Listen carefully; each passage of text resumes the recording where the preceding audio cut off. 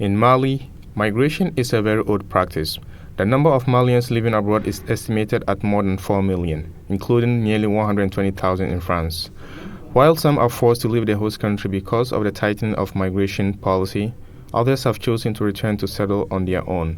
2 years ago, Youssouf Manga decided to return after a decade spent in France. Je me dis qu'il y avait plus d'opportunités pour les jeunes, malgré les problèmes que nous avons eu ces derniers temps avec le coup d'État et les problèmes politiques, d'insécurité, le problème au nord. Nous, on s'est dit qu'il y avait une véritable aubaine pour les jeunes et surtout ceux qui ont eu la chance d'avoir de l'expérience et de parcourir le monde, de revenir ici au pays pour pouvoir investir et aider le Mali à aller de l'avant. Investing in Mali has also been Amadou Diawara's decision, who is active in the new technology sector. Je me suis dit que aussi j'ai la chance d'avoir ce pays-là qui aujourd'hui tout est à faire. Il y a énormément de potentiel à faire au Mali. Après on peut voir un peu l'instabilité sécuritaire et puis tout ce qui va autour, mais il y a quand même du potentiel dans ce pays-là. Après il faut rentrer et de toute façon l'Europe c'est saturé. Au-delà de la famille, de tout ce qu'on peut dire, il n'y a plus rien là-bas. Donc c'est ici que ça se passe. Et on espère que nous on gagnera notre vie ici. According to Amadou Diawara, the new technologies field is promising, but it is not organized. He now runs a company of 50 employees, and his ambition is not only to go to the conquest of Africa, but also to launch other projects. Aujourd'hui, nous, on est quand même une structure, on est quand même une cinquantaine de personnes. Et on est présent sur plusieurs pays, donc ça veut dire qu'il y a un savoir-faire. Mais il y a aussi cet encouragement de faire revenir tous ceux qui sont un peu perdus, si on peut le dire, en Europe ou ailleurs dans d'autres pays, mais qui peuvent apporter leur touche de développement au pays. Donc on essaie de leur dire, venez, on vous offre de l'emploi. Et il y a du potentiel ici, mais venez qu'on développe des solutions pour le pays. Donc aujourd'hui, nous avons énormément de solutions qui nous appartiennent, qui sont propriétaires, que nous développons ici, que nous vendons, nous commercialisons dans les autres pays hors du Mali. Several reasons motivate the return to the home country. Born in France to Malian immigrant parents, Kuntel Khan did not have a stable situation at the end of her studies. She decided to come to Mali. La première source de motivation, c'était de pouvoir trouver un emploi. En France, je n'avais pas d'emploi, en tout cas, je n'avais pas une situation stable.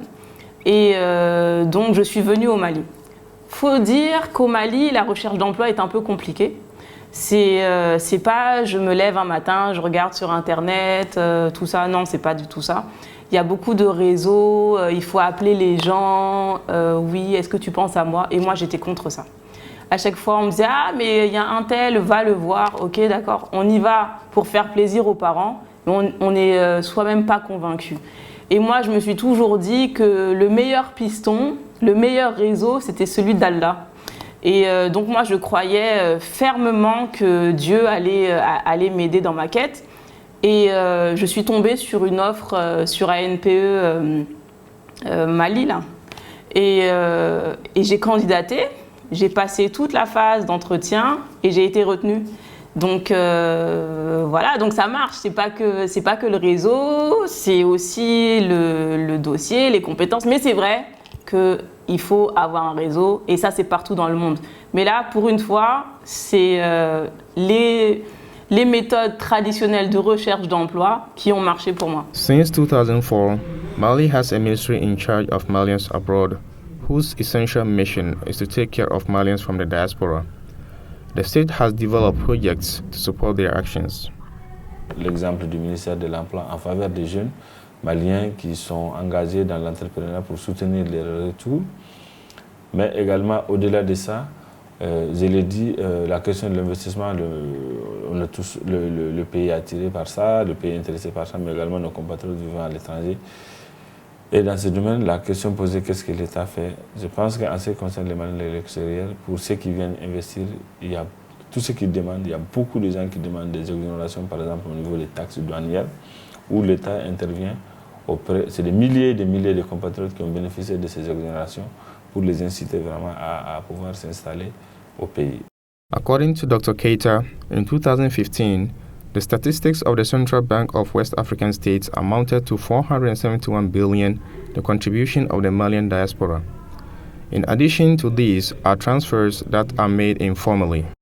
Today, The state is considering the creation of a bank of Malians abroad to facilitate trades. La création de cette banque, moi de mon point de vue, paraît très pertinente parce que ça permettrait d'abord à la diaspora d'échapper un peu à tout ce qui est frais de transfert des fonds dans une moindre mesure, mais surtout à ce qui est la canalisation de l'ensemble de l'aide qui vient de l'extérieur. Et en ce moment, on pourrait cibler des secteurs précis avec la collaboration de cette banque-là pour voir quels sont les secteurs porteurs pour la diaspora, quels sont les secteurs qui intéressent la diaspora et surtout comment mettre en place un mécanisme pour aider cette diaspora-là à mettre leur argent dans cela. Donc avec ce type de mécanisme, on a la possibilité de maîtriser d'abord le flux financier qui arrive dans notre pays de la part de la diaspora.